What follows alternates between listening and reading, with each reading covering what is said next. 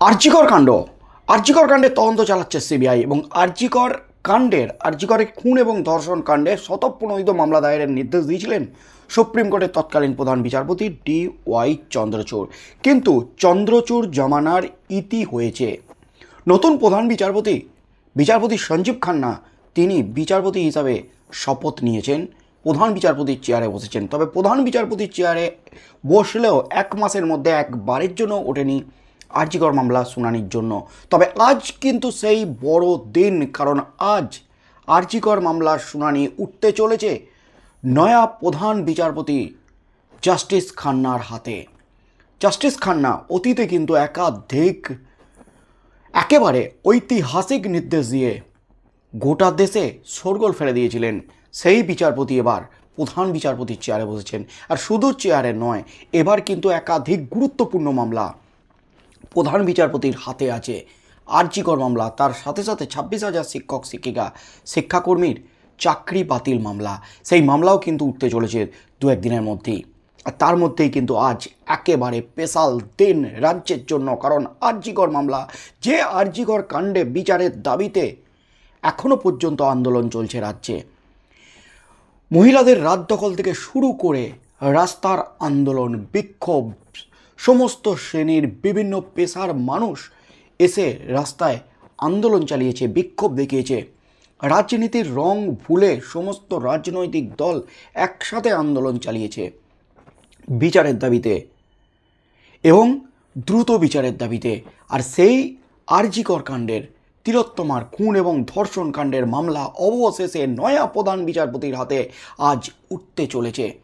আর supreme কোর্টের status report দেবে ফের সিবিআই। আর তার আগেই কিন্তু সিবিআইয়ের হাতে একেবারে বিস্ফোরক তথ্য। সুপ্রিম কোর্টে কিন্তু একেবারে ভয়ঙ্কর রিপোর্ট দিতে চলেছে এই আরজিকর কাণ্ডের, কারণ আজই কিন্তু প্রথম শুনানি হতে চলেছে সুপ্রিম কোর্টের প্রধান বিচারপতি সঞ্জীব খান্নার এজলাসে। আর শুনানির আগেই কিন্তু খেলে দিল সিবিআই একেবারে বিস্ফোরক রিপোর্ট, বিচারপতি সঞ্জীব খান্নার হাতে তুলে দিল সিবিআই। এই মুহূর্তের সবচেয়ে বড় খবর, গত 9ই আগস্ট আরজিকর মেডিকেল কলেজে ঘটে যাওয়া ঘটনার চরম অস্বস্তিতে পড়তে হয় রাজ্য সরকারকে। সরকারি মেডিকেল কলেজের ভিতরে একজন তরুণী চিকিৎসকের ধর্ষণ ও খুনের অভিযোগে গ্রেপ্তার হন এক সিভিক ভলেন্টিয়ার। প্রশ্ন ওঠে রাজ্যের সার্বিক স্বাস্থ্য ব্যবস্থা নিয়ে। প্রশ্ন উঠেছিল শীর্ষ আদালতও। স্বাস্থ্য পরিকাঠামো থেকে শুরু করে সিভিক ভলেন্টিয়ারদের নিয়ে বিস্তারিত তথ্য দিতে হয় রাজ্যকে। আজ প্রায় এক মাস পর ফের সেই মামলা শুনানির জন্য উঠতে চলেছে সুপ্রিম কোর্টে। প্রাক্তন প্রধান বিচারপতি DY চন্দ্রচূড়ের বেঞ্চ স্বতঃপ্রণোদিতভাবে এই মামলা রুজু করেছিল। প্রাক্তন প্রধান বিচারপতি চন্দ্রচূড়, বিচারপতি JB পাদ্রিওয়ালা এবং বিচারপতি মনোজ মিশ্রের বেঞ্চে সেই মামলার শুনানিও চলে বেশ কয়েকবার। ইতিমধ্যেই অবসর নিয়েছেন প্রাক্তন প্রধান বিচারপতি DY চন্দ্রচূড়। তাই এবার প্রধান বিচারপতি সঞ্জীব খান্নার বেঞ্চে শুনানি। নতুন প্রধান বিচারপতির বেঞ্চে আজ প্রথমবার আরজিকর মামলা শুনানি হওয়ার কথা। ইতিমধ্যেই সিভিক নিয়োগ নিয়ে সুপ্রিম কোর্টে হলফনামা জমা দিয়েছে রাজ্য। সিভিক নিয়োগে কমিটি রয়েছে, সেটাই হলফনামায় জানিয়েছে রাজ্য। পাশাপাশি স্বাস্থ্য পরিকাঠামোয় উন্নয়নে রাজ্যকে বেশ কিছু নির্দেশ দিয়েছিল সুপ্রিম কোর্ট। গঠন করে দেওয়া হয়েছিল টাস্ক ফোর্স। আর তার মধ্যেই কিন্তু আরজিকর নিয়ে নিম্ন আদালতে রীতিমতো বোমা ফাটিয়ে দিয়েছে একেবারে সিবিআই। রীতিমতো পোল খুলে দিয়েছে সিবিআই, কারণ আরজিকর কাণ্ডে যা দাবি করেছে সিবিআই তাতেই কিন্তু চাঞ্চল্য ছড়িয়ে গেছে গোটার রাজ্য জুড়ে। কারণ আরজিকর মামলার ইতিমধ্যে বিচার প্রক্রিয়া শুরু হয়ে গেছে নিম্ন আদালতে। আর নিম্ন আদালতে বিচার প্রক্রিয়া শুরুর মাঝেই কিন্তু একের পর এক সাক্ষীকে হাজির করানো হচ্ছে নিম্ন আদালতে। তার মধ্যে একজন চিকিৎসকের হদিস মিলেছে, যিনি কিন্তু মুখ খুলেছেন, যিনি ভিডিও ফুটেজ সহ স্টিল ছবি ময়না তদন্ত চলাকালীন তিলোত্তমার ক্ষতচিহ্নের স্টিল ছবি দিয়েছেন সিবিআইকে। সেখান থেকে কিন্তু একাধিক রহস্যজনক তথ্য উঠে এসেছে। আর তার মধ্যেই আজ সুপ্রিম কোর্টে প্রধান বিচারপতির হাতে একেবারে বিস্ফোরক তথ্য। আরজিকর হাসপাতালে চিকিৎসক পড়ুয়ার দেহ উদ্ধারের পর তথ্য প্রমাণ লোপাট করার অভিযোগ উঠেছে। এই নিয়ে আরও তথ্য পেতে চাইছে সিবিআই। তদন্তকারী সংস্থা সূত্রে নতুন তথ্য পেতে হাসপাতালের প্রায় 900 ঘন্টার ফুটেজ খতিয়ে দেখা হচ্ছে। তথ্যপ্রমাণ লোপাটের মামলায় সিবিআই এই ফুটেজকেই হাতিয়ার করতে চাইছে, আদালতে প্রমাণ হিসাবে ব্যবহার করতে চাইছে। আর এই রিপোর্টই কিন্তু গেছে সুপ্রিম কোর্টে। আরজিকর মেডিকেল কলেজের ধর্ষণ এবং খুনের মামলায় শিয়ালদা আদালতে হাজির করানো হয়েছিল প্রাক্তন অধ্যক্ষ সন্দীপ ঘোষ এবং টালা থানার ওসি অভিজিৎ মণ্ডলকে। তথ্যপ্রমাণ লোপাটের অভিযোগে তাদের গ্রেপ্তার করেছিল সিবিআই। দুই অভিযুক্তের জামিনের আবেদন করেছিলেন তাদের আইনজীবীরা।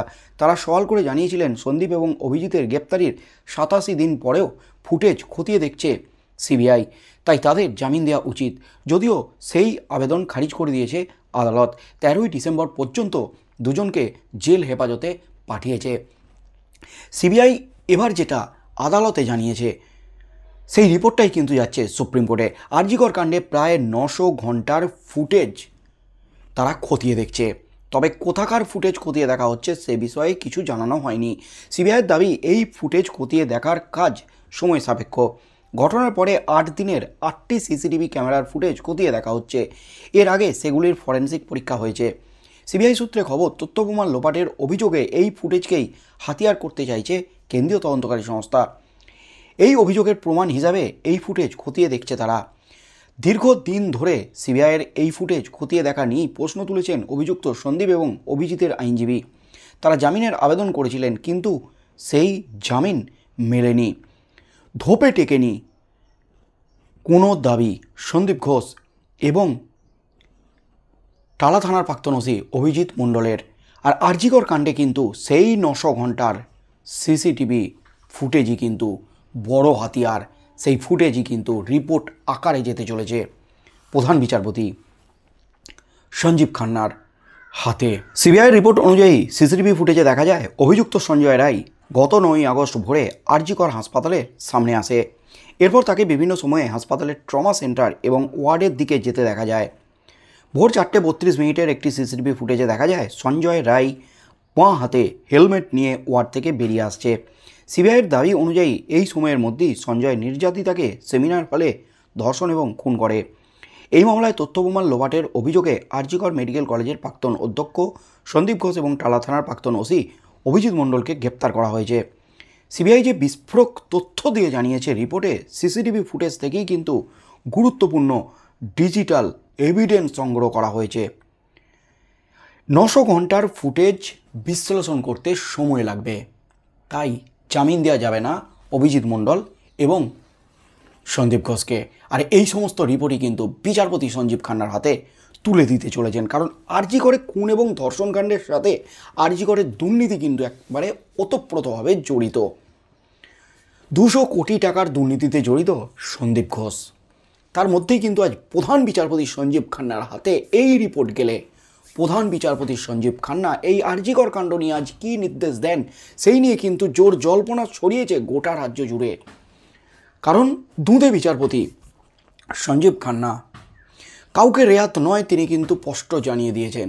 তাই আজ আরজিকর মামলায় কিন্তু দীর্ঘ 1 মাস পর সিবিআইয়ের তদন্তের 4র্থ স্ট্যাটাস রিপোর্ট সম্ভবত জমা পড়তে চলেছে সুপ্রিম কোর্টে নয়া প্রধান বিচারপতি সঞ্জীব খান্নার হাতে। সিবিআইয়ের তদন্ত নিয়ে কিন্তু গর্ব করেছিলেন, সিবিআইয়ের তদন্তে খুশি ছিলেন প্রাক্তন প্রধান বিচারপতি DY চন্দ্রচূড়। আর আজ নয়া প্রধান বিচারপতি সঞ্জীব খান্না তিনি সিবিআইয়ের তদন্ত নিয়ে কি বলেন, সিবিআইয়ের রিপোর্ট থেকে কী নির্দেশ দেন, আজ কি ধরা পড়তে চলেছে মেন মাথা সঞ্জয় রায় ছাড়াও আর কারা ছিল এই খুন এবং ধর্ষণ কাণ্ডের নেপথ্যে। পরোক্ষভাবে যে জড়িত সন্দীপ ঘোষ এবং অভিজিৎ মণ্ডল সেটা কিন্তু বারবার দাবি করেছে সিবিআই, কারণ প্রত্যক্ষ খুন ধর্ষণ কাণ্ডে জড়িত না থাকলেও প্রমাণ লোপাট, অভিযুক্তকে বাঁচানোর চেষ্টা সহ একাধিক অভিযোগ তাদের বিরুদ্ধে। তাই সঞ্জয় রায় যে বিস্ফোরক দাবিগুলো করেছে যে তিনি খুন বা ধর্ষণ করেননি, তাকে ফাঁসানো হয়েছে, পুলিশ আধিকারিকদের যে নাম সঞ্জয় রায় মুখে নিয়েছেন, এরপর সিবিআই রিপোর্টে কি উল্লেখ করে, কি হতে চলেছে আজ সুপ্রিম কোর্টে, কি নির্দেশ দেন সুপ্রিম কোর্টের প্রধান বিচারপতি সঞ্জীব খান্না, সেদিকেই চোখ থাকবে গোটা রাজ্যের।